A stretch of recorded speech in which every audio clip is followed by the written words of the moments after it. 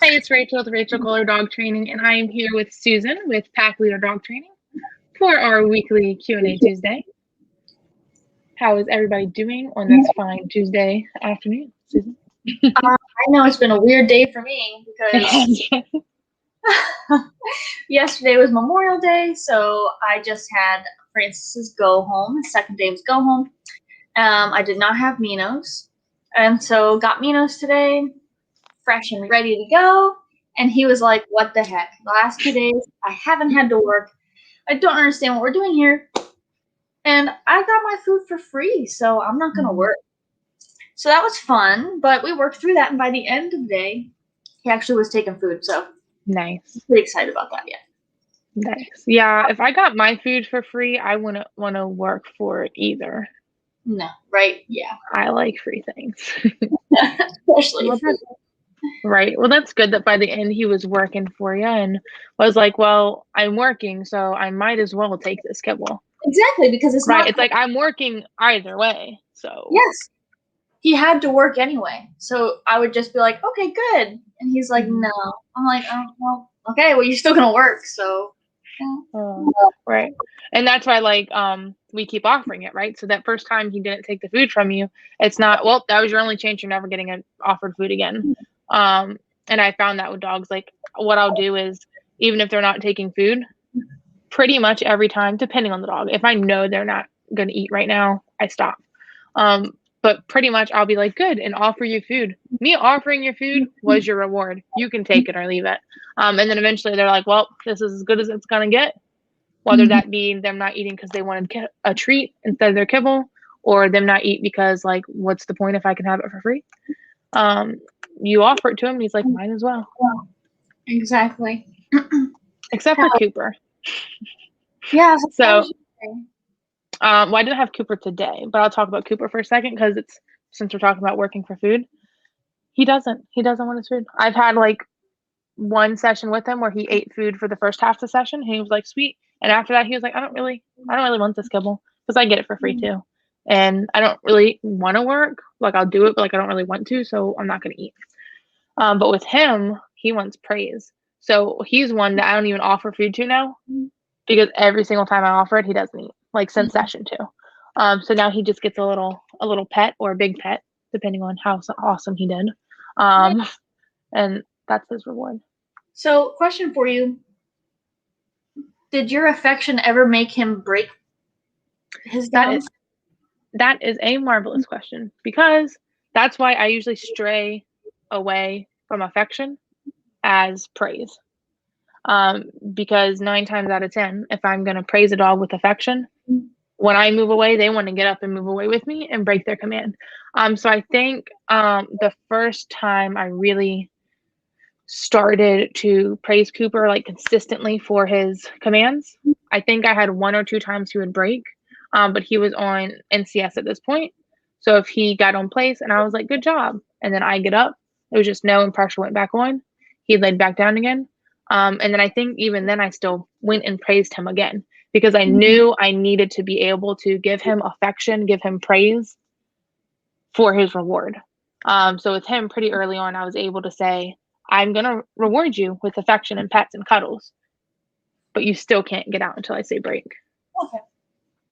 But yeah, that's usually why I stray away from that one, because it's hard, right? Like if I'm petting you and loving on you, we're going to be hyped. So like on break, sometimes we'll have like a little mini party and then we're going to go back to work.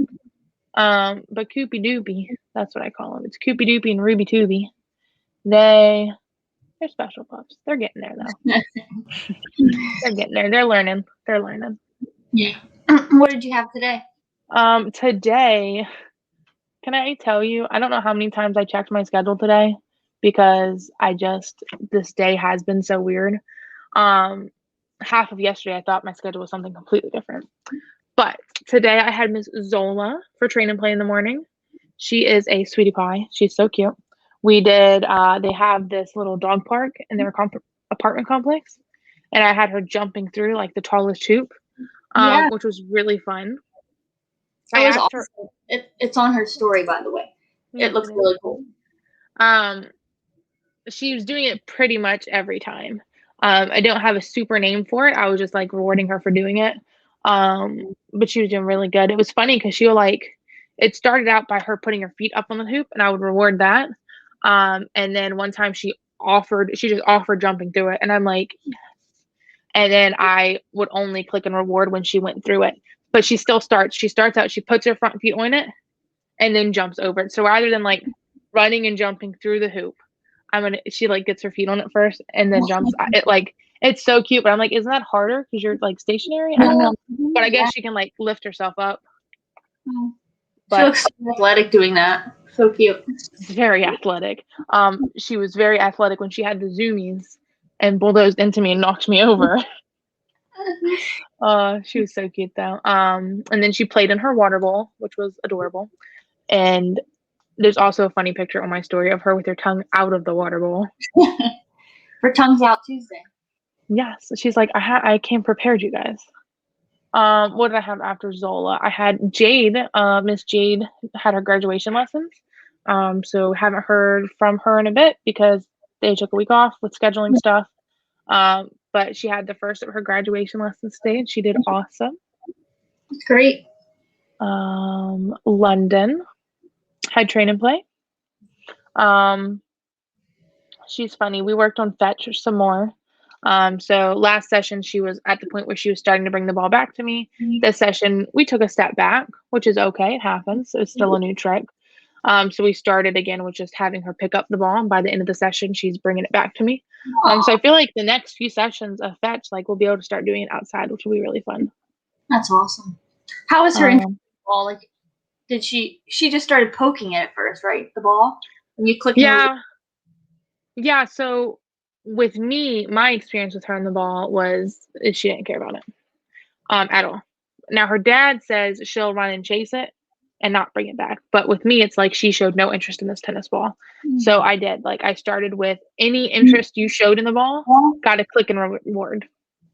I escalated that to poking it with your nose, click and reward, and then she would kind of start to mouth at it. One time she picked it up, I clicked, and she got a huge jackpot. Once she offered picking it up for me a couple times, then I started to only reward her for picking it up. Today is where it got challenging though, because last session I think she just got annoyed of walking to the ball and then walking back to get her treat, that she just started to bring it back on her own. Well, today, because we didn't have so long of her to be like walking back and forth, I think, to want to bring it back.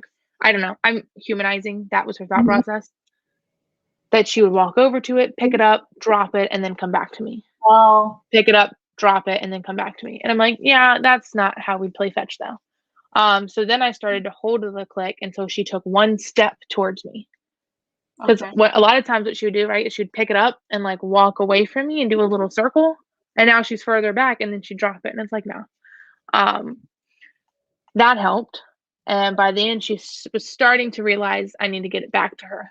The problem I'm having, though, if we want to have a little trainer's talk here, it's hard. Training up forced fetch is hard. So what she's doing now, and technically it's working because we're inside on like hardwood floor, but I at the end would roll it into the kitchen. She'd run in, she'd grab it, and she'd start running back towards me. She would drop it here, like far away from me, and then but she's coming towards me, so the momentum of the ball, it rolls back to me as she runs back to me. So the ball's in front of me, so technically click and reward, but I want you to like carry it back to me, because outside you do that on the grass, it's not going to roll to me. So I guess the next step is just starting it outside. So question, why do you toss it so far away? Because we were doing the shorter distances and it was kind of going good, but I wanted to like get her hype, and when I throw it farther, she gets hype and runs after it and chases it, and then she comes back, but she drops the ball halfway and then it rolls the rest of the way to me. So why don't you take a step back and do the shorter distances and like make that really, really, really, really, really, really awesome. Nice. You know, if she actually does bring it back to you, awesome, jackpot. And then like maybe it was just too far of a jump. So like 5 feet in front of you, awesome, but 5 feet in front of you, she's like, nah. I don't know, just a thought. Because then if you just pattern it, even if you're like, well, she does it every time, like this is easy for her, that's okay. You're just getting good reps in of her doing it at 3 feet, 3 feet, 3 feet, 3 feet, 3 feet. I think, and the problem is, I think like what I really should do, and I just don't know how to do it, is teach her to put it in my hand. So I know a lot of people teach their dogs that when they bring the ball back to put it in their hand. That's a dog who naturally wants to bring it back to you. So that's all you got to do. I'm trying to figure out how do I get, because that's the other thing. Where's the line? You know, how far back does the ball have to be for it to count if you run back to me and drop it? What if you taught her a hold? I don't know how to do that. Like, you get it. So you hold the ball. She touches it, click reward, touches it, click. So same thing you did with it on the floor, but it's in your hand. She puts her mouth on it, click reward, jackpot, and then like you make her hold it longer, click reward, jackpot. And then when she's holding it, you put your hand under, right? And so she'll end up getting tired and drop it and click reward, jackpot. So like you just taught her like you're holding it and dropping it in her hand. So like I'm not really, so like halfway teach a hold. Yes. Because I don't want it to have like a release word. So just get it stationary in your mouth. Yeah. Hold my hand under, and then when you drop it in my hand, click reward. Yes. And then I guess the next step would be do that a bunch. And then the next step would be maybe like the ball on the ground in my hand, like, and then she'll off the ground next to it. Yeah. And can she take it up and put it in my hand? Dang, I gotta wait all the way till Thursday now. That's only 2 days. I'm like, I want to try this with her now. Text her dad and tell him I'm coming over. Okay, that makes sense. It'd be interesting. I don't know how that goes. London's funny though because she picks up on things quick. And in one session, she went from this clicker is terrifying to, oh, clicker means I get some food. Yeah. She catches on to things pretty quickly. So you're right. I think doing it like that makes sense. And then like you just, now the ball's like here, and then click, like she has to bring it further and further to you. You know what I mean? Like, okay. All right. Okay. Because now I've got her comfortable picking up and walking it with it for the most part. So now we're pause on that. Do putting it in my hand. And then slowly increase the distance for that, just like I slowly increase the distance for the other. Because the thing with her, from what her dad says, when they go outside, she's into the ball and wants to play. So like I do all these reps inside with her, patterning this. I think when we do go and it's like playtime, fun time, and not like, how do I get that click? You know, I think then she's gonna be like, okay. Yeah, I'm excited for you. Let's try that. Now I gotta try that. Sorry about that. I tried to teach Gaia a hold, like an actual like hold something in your mouth. That was challenging. But like Gaia also doesn't really super care to work always. So sometimes she's happy to work. But like London, on the other hand, will like work all day. That's awesome. Not to say Gaia can't learn, just that, you know, I'm lazy. The drive is different. Yeah. But yeah, you know what? I feel bad when you ask me about my day because I've got like 1,700 dogs to tell you about. Oh, do you have any questions for me? Susan, do I look like I came prepared today? I don't know. Your hair's up in a bun. Looks like you came prepared. My hair is always like this. I'm just used to it. Like, I don't know. Okay. Here's a question. Will training affect my Yorkie's personality? She's really sweet, and I like the personality that she has. I think training can help you enjoy your dogs for their personality better, right? So if you want a trainer, maybe she's got things that she does that you don't super love. Or maybe you just want a trainer. Either way, your dog is still your dog. Training is just a way for us to communicate with them. So will it affect her personality? No, I don't think so. Is it going to help her be the best version of herself and her personality? Yeah, definitely. And that's going to help if there's any issues, help those not be a thing anymore. So you can enjoy that sweet, fun, great side of her more. And even if there's not any issues, it's going to help you have more freedom with her to enjoy that sweet, fun side of her. What do you think, Susan? Yeah, like I'll have clients. It's funny because when I went and saw Francis's people before I trained him, I guess I said this to him at one point because then I referenced it later. But I think it was at the consult or something. I said, owners, or maybe it was at the mid, but anyway, I was like, owners are sometimes afraid that their dog's going to become a robot or their dog's going to lose their personality. So, like the little quirky things, they might not do. Because I've had owners say, well, is he still going to do X behavior or is he still going to like do this? And I'm not changing your dog's personality. I'm encouraging all their good points and discouraging all the bad behaviors. So you're going to have the best version of your dog. So it's going to be awesome Francis, not silly, makes bad choices Francis. It's still going to be like goofy Francis, but we'll be able to like lay now. Right. He can chill out when we want him to. Yeah. But the funny thing was when I did their post-training interview, that was one of the things he said. He's like, it's nice to see that he's so happy, and like, he's like, he loves you, Susan. He's like, I can tell that, and he's still happy, Francis. Like, he didn't change it all. He's like, I was a little bit worried about that. And yeah, so I was like, well, that's funny because I'm pretty sure I said that to you. He said you did. He's like, I felt like we connected on that because he thought I knew like his thoughts or whatever, like, and I was able to help him feel better. But yeah, it doesn't change their personality. They're still them. Like one thing Francis does that's pretty darn funny. Like I might consider it a bad behavior as a trainer, but it's actually kind of cute. Like I thought it was kind of cute. I don't know what you're talking about, do I? I don't think I do. I think you do. Maybe you don't. Okay, tell me.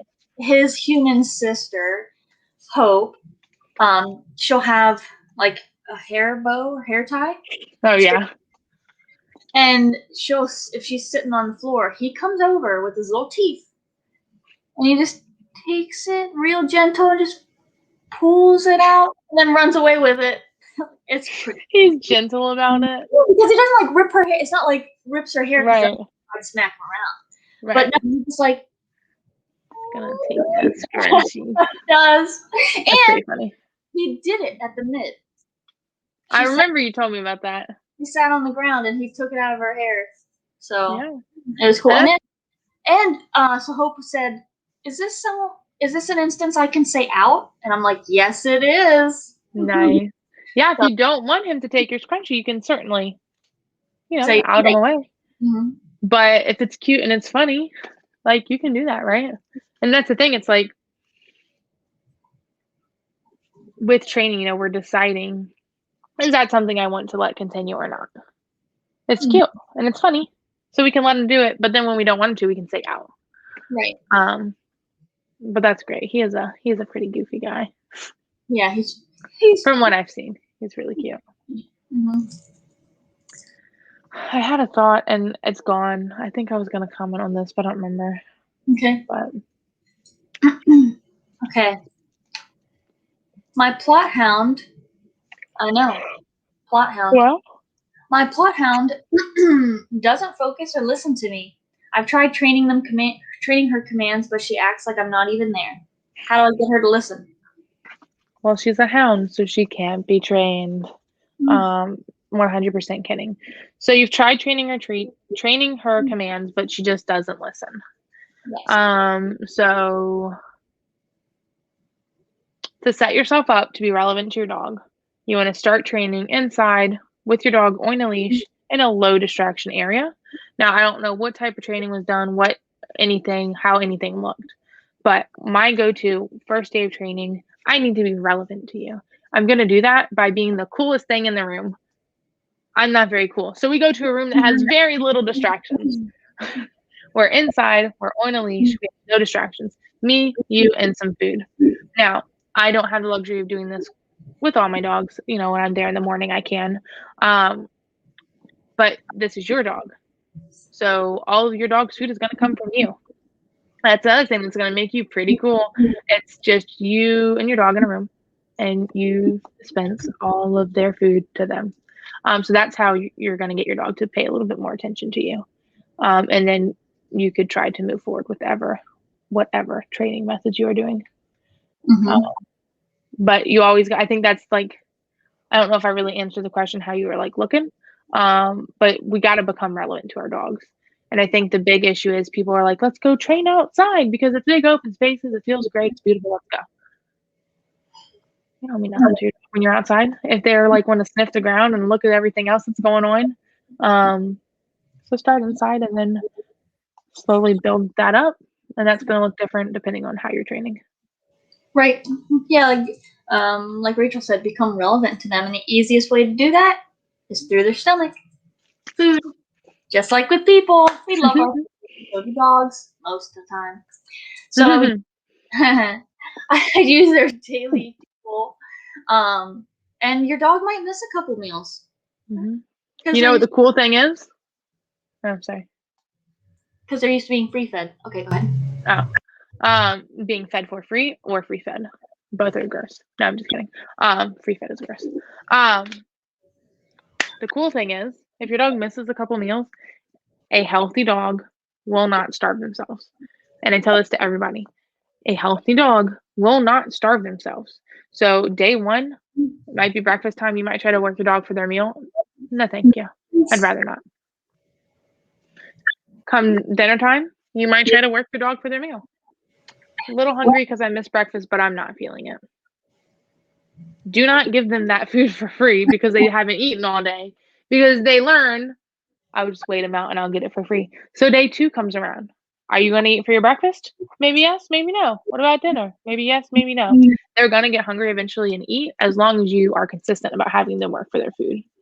Mm-hmm. And yeah, like I heard this on a podcast once and it's actually really depressing to like actually think about because I don't remember the details of the study, but like there have been actual studies to show that a dog literally like they won't starve themselves. So they'll eat when they're hungry and when they care to eat. Yeah. I remember what I was going to say now. What? It wasn't related to anything. Oh, good. Look how cute my wall is. With this cute little Frenchie bag. Come on. It is cute. I gotta fill this hole. I gotta find something to go here. I'm like, I don't want to poo-poo on her cute wall. It's really ugly, but I don't know what to put here. I could put some like regular photos here in the meantime until I find something cute. But look at this. Super cute. And Blue's painting, which I never posted, but Blue did a painting as well. Love it. Yeah. I just wanted to acknowledge how cute that was while I was looking at it in my background. You could just line your head in that space. I was trying to. Did you notice I was like scooting over here earlier and I was like, I'll just sit like this so you can't see the hole in the wall because it's upsetting me. It's perfect. Heather says hello. Hey. Hi, Heather. Heather said she had some questions for us, so you better get it in, girl. I'm ready, Heather. I'm ready. It's a shorter Q&A unless there's questions asked. Yes, she's gonna catch us right at the end. Speaking of non-dog related items, Carrabba's yesterday. Oh yeah. Fantastic. Now I only had an appetizer, but I'm very excited to go back and have a meal. It was I think it's so cool that you have that there and I have that here. And like I know we have like a lot of similar restaurants, but like I had just heard of that one recently. Sorry. I was like, we should have like a dinner thing. Like we both go to a restaurant and we're just like on Instagram. Like so we're together, video chat. Yeah. Right, do you have to like do it at the restaurant though, or can we get our food and like come home and do that? I know the whole point of it would be like at the restaurant, but like just have a video chat at the restaurant. I don't care. Yeah. Okay, fine, Susan. Fine. We'll do that. Because I want it fresh. I gotta get out of my shell. You're right. Like the little bread, you get the bread with the dip and stuff, right? Oh yeah. Mm. Yeah. Okay, we'll do that. Back to our regularly scheduled program. Heather says, should people run with their dogs? And if so, how do you start training them?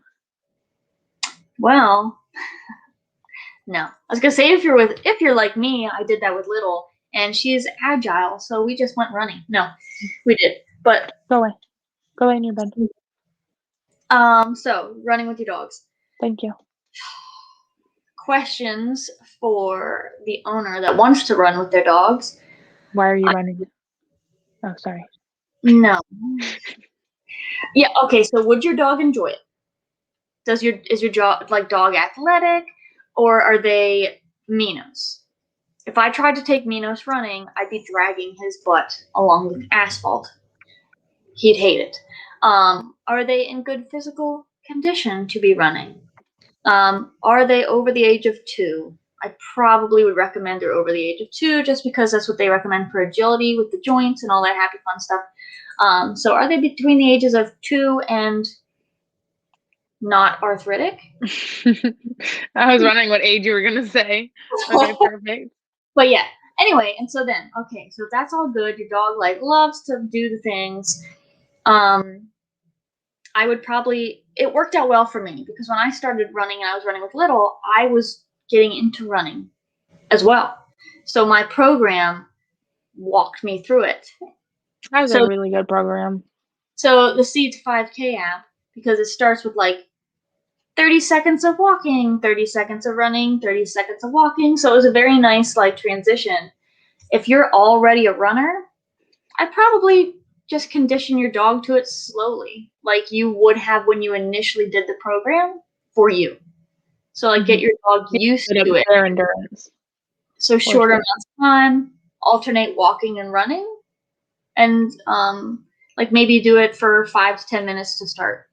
And then if your dog's recovers really well, then do it 10 to 15 minutes and 15 to 20. But what do you think? So first automatic thought in my head is don't tell your dog heel when you're running. That was just my first thought because we train our heels a very specific way. We like them to be a very specific way. If you're running with your dog, for them to hold that very specific position, it's going to be a lot harder. You're going to be running, I'm assuming, going to be focused on running and less focused on holding your dog accountable in a nice, pretty heel. So that's one thing I suggest. Don't have your dog in a heel while running. That being said, we train our dogs that even when you're in a break, you can't pull on the leash. So you could just have no command. Be careful not to be pulled over. You got to gauge your dog, You could do a let's go or with me, just a very informal be in my bubble command with your dog that you would just teach by pressure, like stay in my bubble. I would start with a little speed walk, maybe do a little jog, make sure your dog's staying in your bubble nicely, and then pick it up.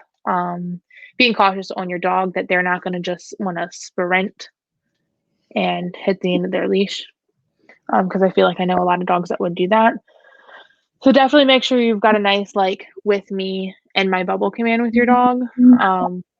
But that would be my suggestion. And then all the things you said about is it going to be good for your specific dog are very important as well.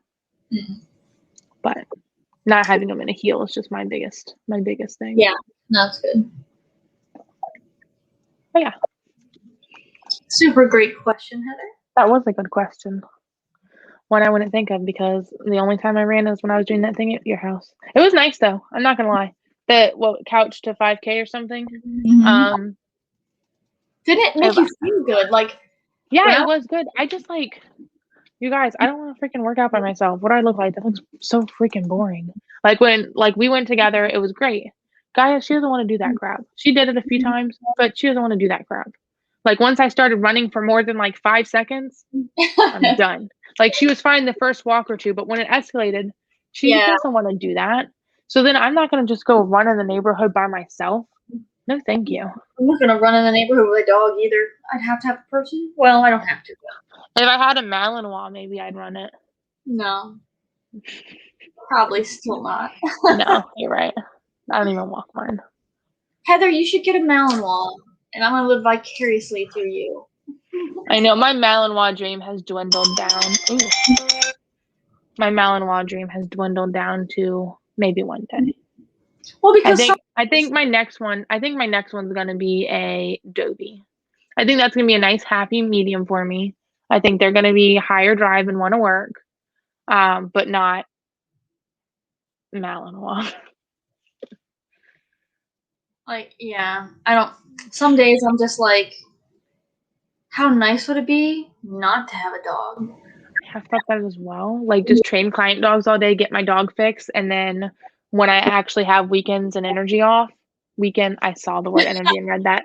Weekends and evenings off, not have a responsibility. Definitely thought about that before. Heather says no more animals, Susan. 5 is enough. Oh, But 6 would make it an even number. So think about that. wait. She has more cats than dogs. She needs to balance it out. Hmm.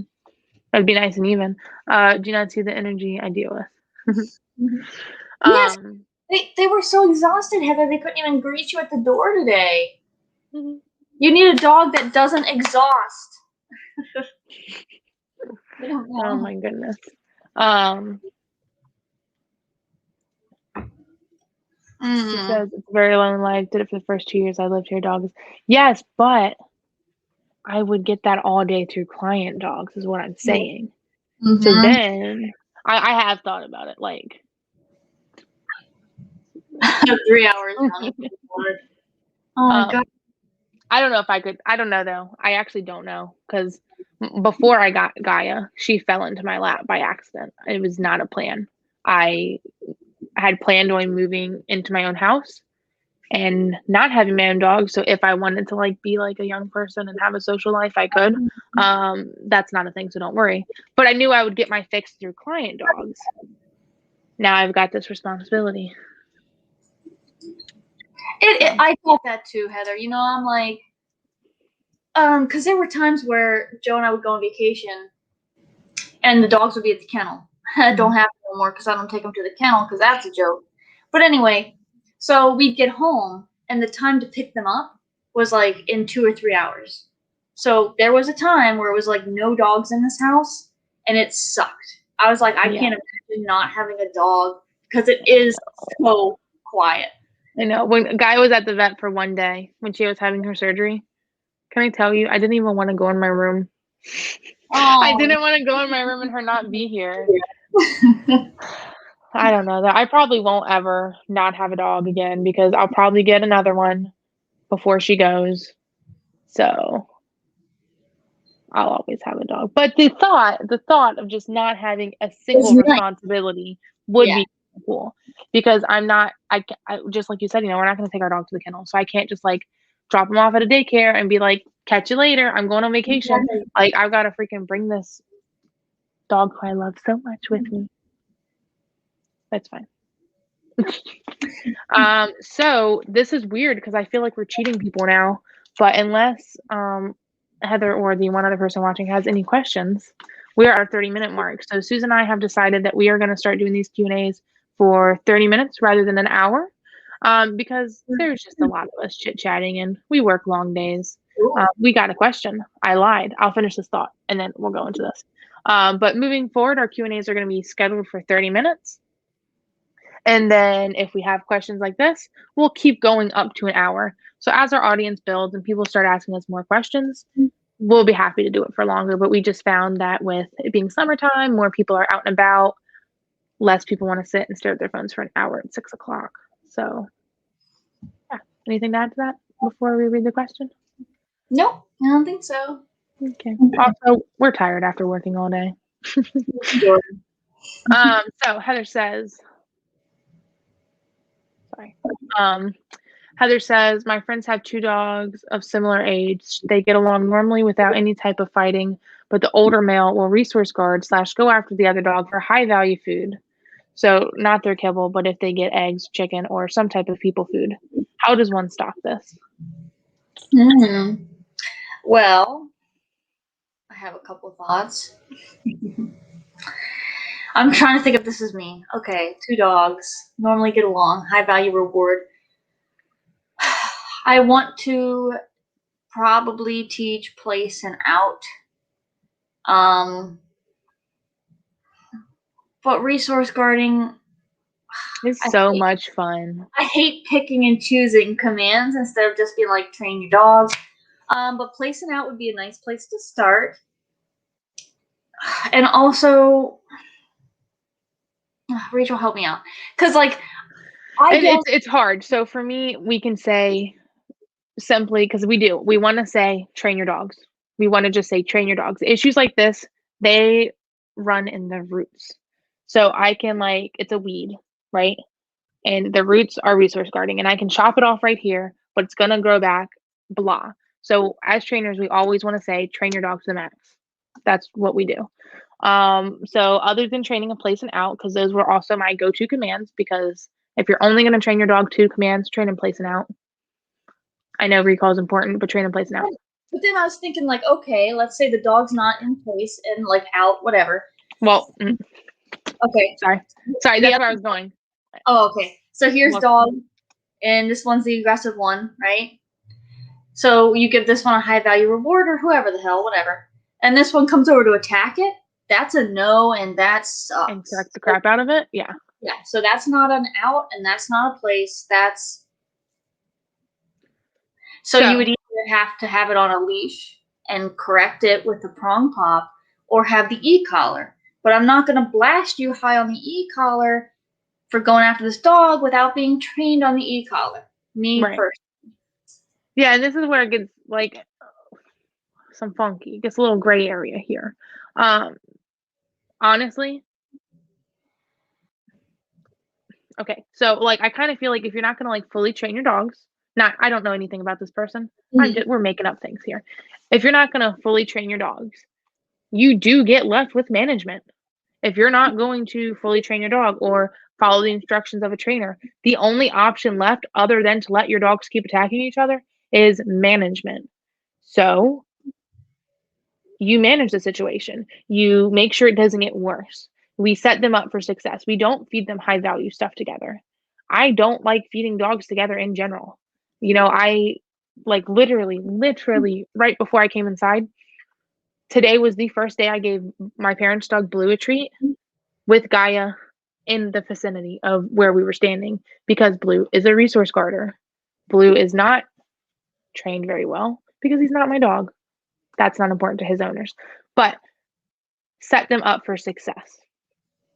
It's not an answer. It's not a trainer answer. But other than fully training your dogs, doing rules, boundary structure, shifting their thought process, becoming relevant to them, resource guarding is serious. So if you can't do all those things, your safest bet is management. But yes. Hi, Emily. But yes. If I never want you to do that again, that's no and correct. So if you go to charge that other dog, it's going to be a harsh correction. So you're going to have the leash on, because I agree. I'm not going to correct you high on the e-collar when you don't know what that means. It's going to be a harsh correct the crap out of you with a leash. If you're acting a little too interested in the other dog, respectfully, I'm going to out you. Mm-hmm. And then I'm going to put you in place so we can maintain that distance. But that's the thing. It's a lot of what you can do is management, but how long do you want to manage that? And how carefully can you manage it? If you've got one dog in one room and one dog in another room with the baby gate separating them, and the baby gate accidentally gets left open, boom. So much for that management. There's a dog fight. Right. And but I know I went on a little rant there because it's hard. That one's hard. Thanks for making me think, Heather. But yeah, I mean, I know I kind of didn't mean to go over you there. But. You. I have strong feelings about resource guarding because I know how quickly it can suck. Yeah, you're making me think. It's 6:30 over here. I'm sleepy. I'm tired. Where's my house? There we go. 6:39. So that was that, right? Did you have anything else to add to that? I was having a little bit of PTSD as I was talking about that one. No, but that's true. That's why I was struggling over here answering it, because I don't want to just be fully train your dog. But resource guarding is serious. And management. So if you just train place and out, that dog's on place while this other dog gets a piece of chicken. And then and then flip-flop them. Yeah, because if you're not doing it on the e-collar, it's all on leash.